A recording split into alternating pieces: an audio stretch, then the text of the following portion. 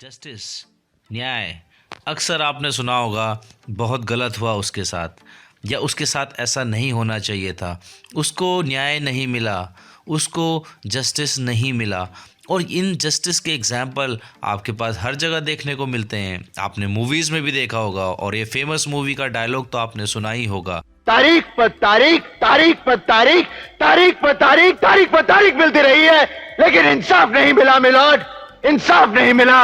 तारीख पे तारीख तो मिलती ही रहेगी जब तक सोशल लाइफ को अरेंजमेंट करने के लिए लॉज और रिस्पॉन्सिबिलिटीज़ डिवाइड नहीं होगी और लोग उनको फॉलो नहीं करेंगे, तब तक तारीख तो मिलती ही रहेगी। Social justice. So now we are going to discuss about social justice. Before that, हमें ये तो पता होना चाहिए जस्टिस किसे कहते हैं, और उसके बाद हम देखेंगे सोशल जस्टिस के बारे में।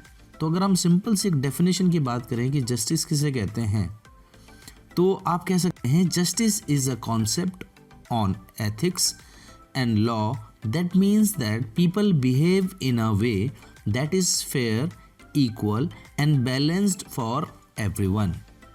मीन्स आप ऐसा व्यवहार करें, आप ऐसे लॉज को फॉलो करें और आपका व्यवहार इस तरीके से हो जो कि हर एक के लिए फेयर हो, इक्वल हो और बैलेंस हो, जिससे कि आप से किसी को कोई भी प्रॉब्लम ना हो आपकी सोसाइटी में। तो उसे एक तरीके से जस्टिस कहा जाता है। अगर आपका कोई एक ऐसा स्टेप है जिससे दूसरे को प्रॉब्लम होती है, तो वहाँ पे उस व्यक्ति को अनजस्ट का फील आ जाता है।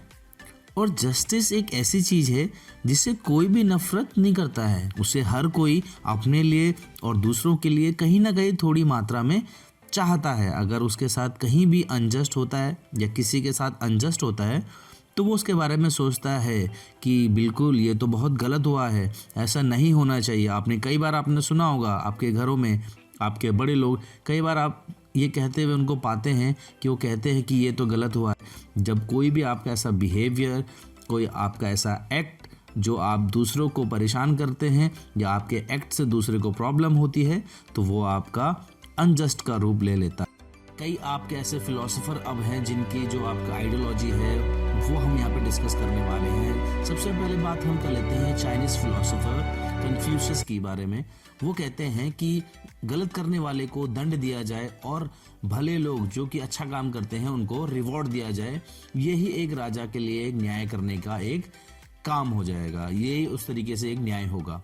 दूसरी तरफ प्लेटो कहते हैं कि जो अपनी रिस्पॉन्सिबिलिटी को पूरा करे और दूसरे की कार्यों में, अपने काम में या रिस्पॉन्सिबिलिटी में इंटरफेयर ना करे, ये एक जस्टिस है। ठीक है, इस तरीके से व्यक्ति को अपने जो सेल्फ जो आइडियोलॉजी है उसको एक्सप्लोर करने का उसको एक मौका मिल जाएगा। और उनकी अब फेमस बुक में द रिपब्लिक में उन्होंने ये डिस्कस किया है। उसी तरीके हम बात करें वेपर की। वेपर कहते हैं कि जो व्यक्ति किसी कार्य में सबसे अच्छा है, कैपेबल है, वो ही उस कार्य को करे, उसी काम को करे, that will be the just for that work. Clear.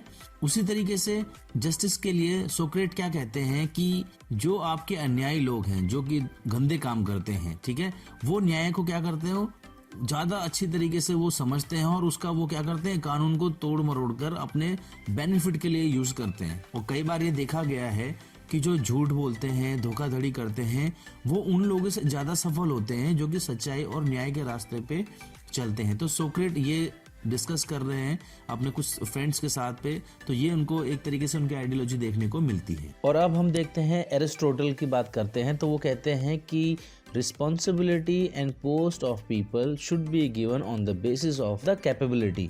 तो कैपेबिलिटी के हिसाब से ही उनकी जो राइट्स हैं या जो उनकी पोस्ट हैं, जो भी उनको काम है, वो मिलना चाहिए। और प्लेटो ने अपने बुक पॉलिटिक्स और एथिक्स में न्याय को, जस्टिस को डिफरेंट कैटेगरी में रखा है। उन्होंने कहा कि जो आपका जस्टिस होगा वो आपका सोशल जस्टिस हो सकता है, वो आपका पॉलिटिकल जस्टिस हो सकता है, इकोनॉमिक जस्टिस हो सकता है, आपका लीगल और जो कॉन्स्टिट्यूशनल जस्टिस हो सकता है, देन आपका मोरल जस्टिस हो सकता है।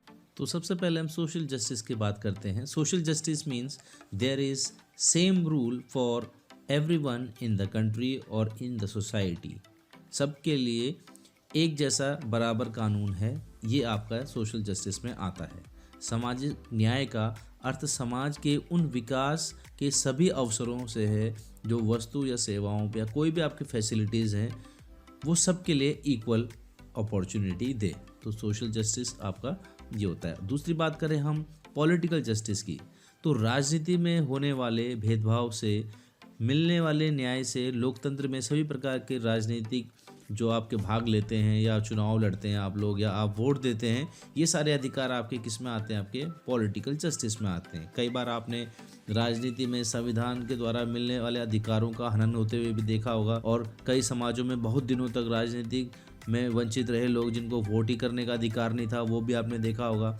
इस समस्या के समाधान के लिए राजनीतिक न्याय की स्थापना की गई है, जिससे कि आपके एसटी और एससी वर्ग के लगभग सभी चुनाव में उनके लिए सीट आरक्षित की गई है, रिजर्वेशन उनको देखने को मिला है। तो ये क्या है? आपका पॉलिटिकल जस्टिस एक तरीके से एस्टेब्लिश किया गया है। थर्ड हम बात करते हैं इकोनॉमिक जस्टिस के बारे में। अब इकोनॉमिक जस्टिस जैसे कि हमारे देश की जो रिसोर्सेज हैं उनका प्रॉपर तरीके से डिस्ट्रीब्यूशन हो, और इकोनॉमिक जस्टिस तभी एक सक्सेसफुल हो पाएगा जब सबके पास इक्वल अपॉर्चुनिटी हो सक्सेसफुल बनने की, कोई भी डेवलपमेंट करने की, किसी भी रिसोर्स को इक्वली यूज़ करने की, जिससे कि वो अपना सोसाइटी में अपना डेवलपमेंट हो सके।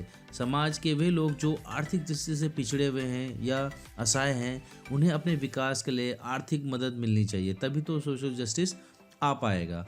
नेक्स्ट हम बात कर लेते हैं जो आपके लीगल जस्टिस है या जो आपके कॉन्स्टिट्यूशनल जस्टिस कैसे मिलेगा। जैसे कि इससे पता चलता है कि कानून के सामने सब लोग इक्वल है, सबके लिए एक जैसा होगा और सबके लिए इक्वली आपको जस्टिस मिलेगा। कोई आपका किसी भी कास्ट और रिलीजन के हिसाब से उसको जस्टिस को नहीं देखा जाएगा। अब जो आपका लीगल या कॉन्स्टिट्यूशनल जस्टिस है वो कुछ चीज़ों पे डिपेंड करता है, जैसे कि आपका जो कॉन्स्टिट्यूशन है वो आपका जस्टफुल होना चाहिए, और दूसरी बात जो आपका कानून है वो सबके लिए बराबर होना चाहिए।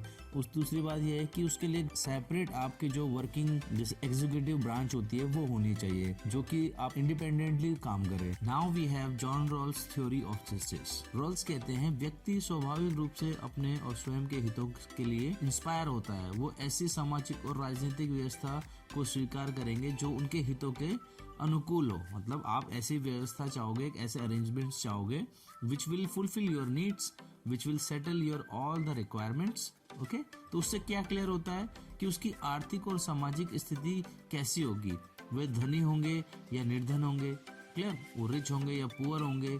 इसलिए उन्हें एक ऐसे सोशल सिस्टम को चूज करना पड़ता है जो कि आपका क्या हो, जस्टफुल हो।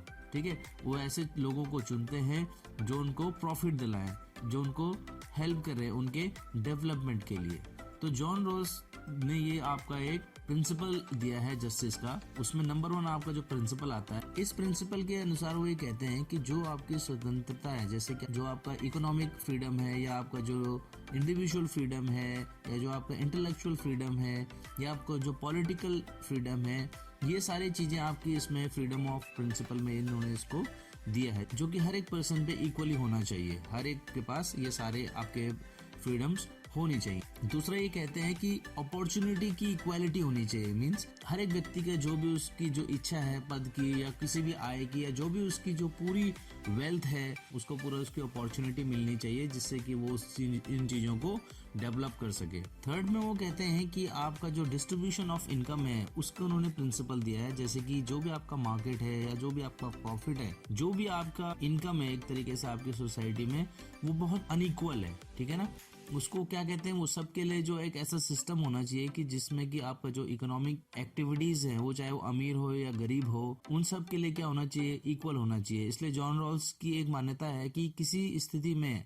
जो भी उसका प्रॉफिट है या जो भी उसके एसेट्स हैं उनको दोबारा से क्या होना चाहिए, डिस्ट्रीब्यूशन होना चाहिए, ताकि जो कि आपके जो हाई लेवल के जो लोग हैं या जो लो लेवल के जो लोग हैं और उनके बीच का ये जो डिफरेंस है उसको समाप्त किया जा सके, और एक सीमित और एक कुछ जो आपके रिसोर्सेज हैं वो कुछ लोगों के पास ही ना रहें, जबकि उनको गरीब लोगों पे और सबके पास उनको समान रूप से डिस्ट्रीब्यूट किया जाए। अब हम देखते हैं सोशल जस्टिस के कुछ एलिमेंट्स, जैसे कि जो बहुत इंपॉर्टेंट हैं, ये सारी चीज़ें होनी बहुत एक एसेंशियल है, जैसे कि पर्सनल फ्रीडम होनी चाहिए और सोशल ओवरऑल डेवलपमेंट होना चाहिए। दूसरा, डिस्क्रिमिनेशन खत्म होना चाहिए। तीसरी बात ये कहते हैं कि जो एसेंशियल जो नीड्स हैं वो सबकी पूरी होनी चाहिए, चाहे वो किसी भी कैटेगरी का हो। दूसरी बात, जो आपकी विशेष कुछ ऐसी स्थितियों में जनता की जो आर्थिक सहायता उनकी होनी बहुत जरूरी है, जिससे कि उनको नीचे से ऊपर उठाया जा सके। अब हम देखते हैं कुछ ऐसे स्टेप इंडियन गवर्नमेंट के द्वारा सोशल जस्टिस को एस्टेब्लिश करने के लिए लिए गए हैं। पहला पॉइंट है कि सदियों से जो शोषण के शिकार थे आपके अनुसूचित जाति या जनजाति, जिनको आप ST और SC कहते हैं, उनके लिए नौकरियों में आरक्षण का प्रावधान किया गया है, उनको आरक्षण मिलता है। दूसरा, गरीब, असहाय और बेरोजगारों के लिए भारत सरकार द्वारा चलाए गए अनेक कार्यक्रम जैसे अंत्योदय योजना, काम के बदले काम, मनरेगा जैसी योजनाओं से बहुत से लोगों को जॉब मिल जाता है, उनको हर दिन काम करने का मौका मिलता है। तीसरा है कि जो आपकी सेंट्रल और जो आपके स्टेट जो पॉलिसीज हैं अनुसूचित जाति की जनजाति के लिए, उनके लिए क्या होता है कि आपके लिए सीट रिजर्व की गई हैं अलग अलग पोस्ट पे, जो भी गवर्नमेंट की पोस्ट आती है उनके लिए। चौथा बात ये कहता है कि वर्तमान में जितने भी आपके समुदाय हैं जो कि आपके आर्थिक रूप से वीक है, उनको प्रॉपर को मजदूरी दिलाना, जमीन दिलाना, सरकार के द्वारा उनको हाउसिंग फैसिलिटी भी प्रोवाइड करी जाती है, जिसमें उनको कुछ इकोनॉमिक हेल्प दी जाती है जिससे कि वो अपना घर बना सकें। तो ये कुछ ऐसे आपके स्टेप्स हैं जो कि सोशल जस्टिस को सोसाइटी में मेंटेन करने के लिए स्टेट गवर्नमेंट और सेंट्रल गवर्नमेंट के द्वारा अक्सर लिए जाते हैं।